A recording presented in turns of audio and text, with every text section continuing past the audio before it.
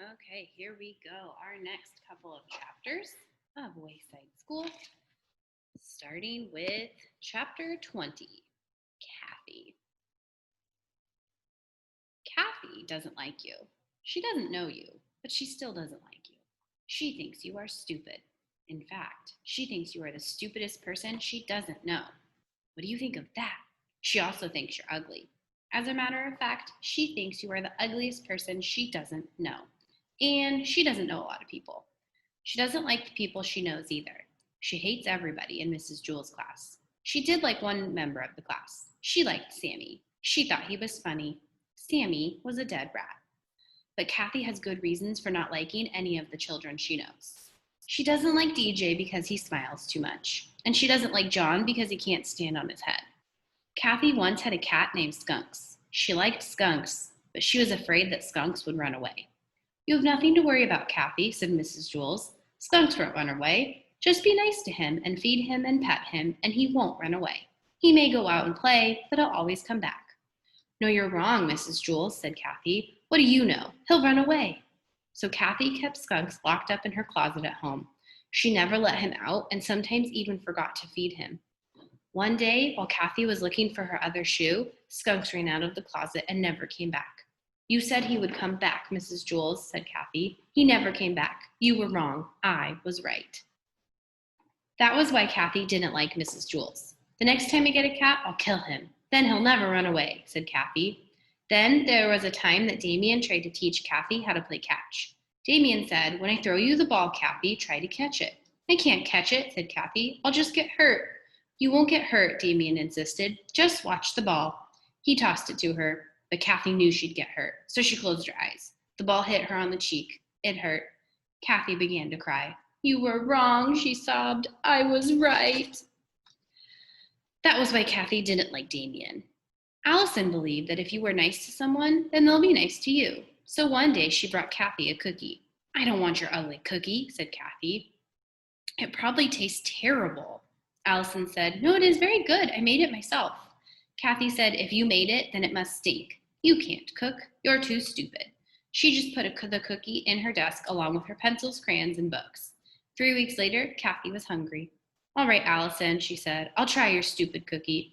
She took it out of her desk. It was covered with dust. She bit it. It was hard and tasted terrible. See, said Kathy, I was right. That was why Kathy didn't like Allison. Yes, Kathy had very good reasons for not liking anybody she knew, but she also has a good reason for not liking you. And she doesn't even know you. Her reason is this. She knows that if you ever met her, you wouldn't like her. You don't like Kathy, do you? See, she was right.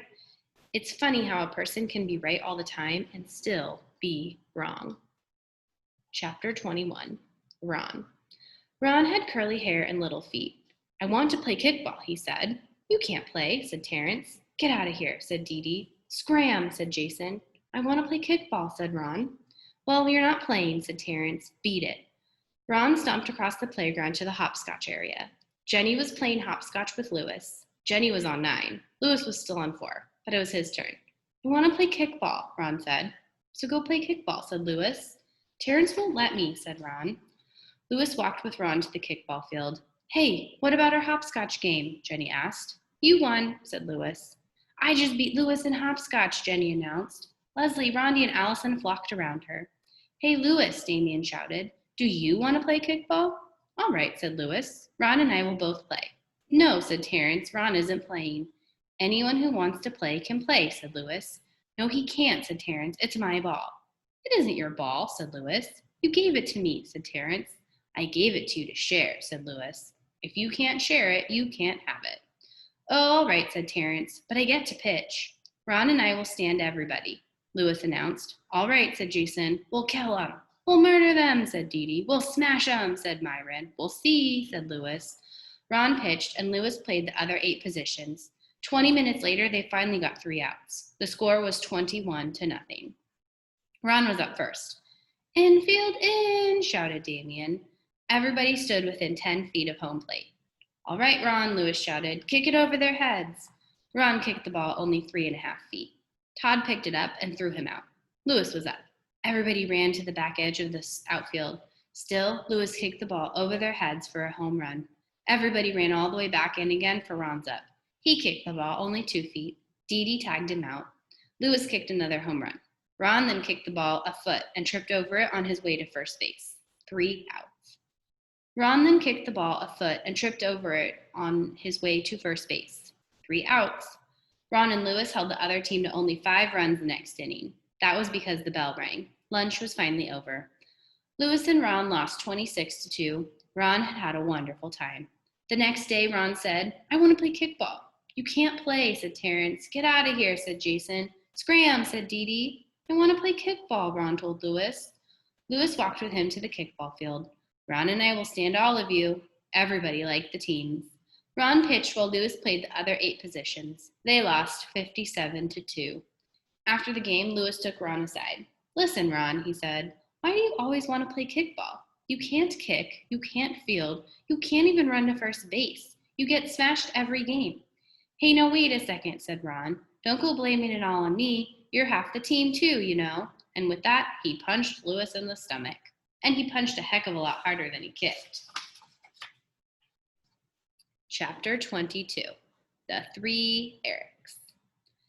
In Mrs. Jewell's class, there were 3 children named Eric. Eric Fry, Eric Bacon, and Eric Evans. They were known throughout the school for being fat. Eric sat on this end of the room. Eric Fry sat at this end of the room. Eric Bacon sat in the middle of the room. And Eric Evans sat at the end of the room. There was a joke around Wayside School that if all 3 Erics were ever in the same end of the room at the same time, the whole school would tip over. Eric Bacon hated jokes like that. That's not surprising. After all, he wasn't even fat. In fact, he was the skinniest kid in Mrs. Jewell's class, but nobody seemed to notice. The other 2 Erics were fat, and so everyone just thought that all Erics were fat. "But I'm not fat," Eric Bacon insisted. "What's your name?" asked Jason. "Eric," said Eric Bacon. "Then you're fat," Jason concluded. And pretty soon, skinny little Eric Bacon, the skinniest kid in Mrs. Jewell's class, had the nickname Fatso. Eric Fry really was fat. He was also the best athlete in Mrs. Jewell's class. His body was solid muscle. However, nobody ever noticed. The other 2 Erics weren't very good at sports. Eric Evans was clumsy. Eric Fatso Bacon was an athlete for his size, but because he was so skinny, he didn't have much power. So naturally, everyone just assumed that Eric Fry was also clumsy and weak. After all, his name was Eric. Whenever the other kids chose up teams, Eric Fry was the last one picked. They never noticed his home runs or the fabulous catches he made. Like all great athletes, he made the impossible look easy. Of course, the other kids did notice the one time that he dropped the ball. Eric Fry was playing right field. Terrence belted a deep fly to left. Eric Fry raced all the way across the field after the ball and at the last second dived at it. He caught it in midair in his fingertips, but as he hit the ground, the ball squirted loose. "Well, what do you expect from Butterfingers?" said Stephen. And since that time, Eric Fry has had the nickname Butterfingers. Eric Evans was the nicest person in Mrs. Jewell's class. He treated everyone equally and always had kind words to say. But because his name was Eric, everyone thought he was mean. Fatso was mean because everyone called him Fatso. Butterfingers was mean because he always had to play right field. So naturally, everyone assumed that Eric Evans was also mean. They called him Crabapple. "Good morning, Allison," said Eric Evans. "How are you?" "Lay off, Crabapple, will ya?" answered Allison. "If you don't have something nice to say, don't say anything at all." All 3 of the Erics had nicknames. It was better that way. Otherwise, when someone said, "Hey, Eric," no one knew whom he was talking to. One time, all the Erics would answer, and the next time, none of them would answer. But when someone said, "Hey, Crabapple," then Eric Evans knew that they were talking to him. And if someone said, "Hey, Butterfingers," Eric Fry knew that meant him.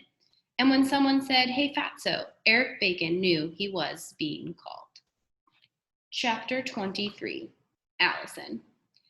Allison had pretty blonde hair and always wore a sky blue windbreaker. Her windbreaker was the same color as her eyes. She was best friends with Rondi. Rondi had blonde hair too, but she was missing her 2 front teeth. Allison had all of her teeth. Allison used to say that she knocked Rondi's teeth out. Allison was very pretty, so all the boys in Mrs. Jewell's class teased her, especially Jason. But Allison said, "Leave me alone or I'll knock your teeth out, like I did Rondi's." The boys didn't bother her after that. One day, Allison brought a tangerine for lunch. She took the peel off in one piece. Miss Mush, the lunch teacher, walked up to her. Allison, may I have your tangerine? She asked. Miss Mush always gave food to the children, so Allison was happy to give her tangerine to Miss Mush. Miss Mush shoved it in her mouth and swallowed it in less than 4 seconds.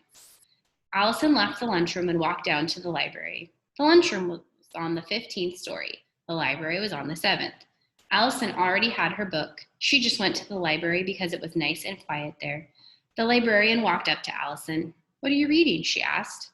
Allison told her the name of her book. That sounds like a good book, said the librarian. I never read that one. May I borrow it?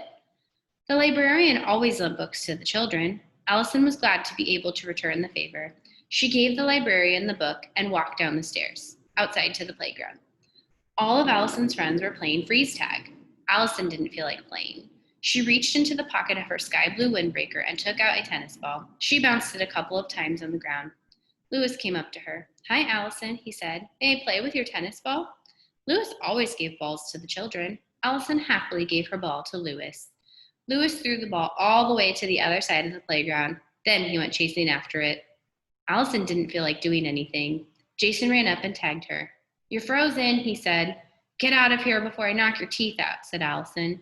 Jason shrugged his shoulders and left. Allison went back inside and up the 30 flights of stairs to Mrs. Jewell's room. The lunch period wasn't over yet, but Allison didn't feel like doing anything else. She'd given her food to the lunch teacher, her book to the librarian, and her ball to the yard teacher. She went inside her classroom. Mrs. Jewells was there. Oh, Allison, I'm glad you're here, said Mrs. Jewells. I'm having trouble with an arithmetic problem. Maybe you can help. Sure, said Allison. Mrs. Jewells always helped the children with their problems. Allison was happy to help. How do you spell chair? Asked Mrs. Jewells. C-H-A-I-R, said Allison. Yes, that's right, said Mrs. Jewells. I knew it wasn't C-H-A-R-E, but I couldn't remember what it was. That's not an arithmetic problem, said Allison. That's spelling. Yes, you are right again, said Mrs. Jewells. I always get the two mixed up. The bell rang. The lunch period was over. Allison could hear the other children running up the stairs.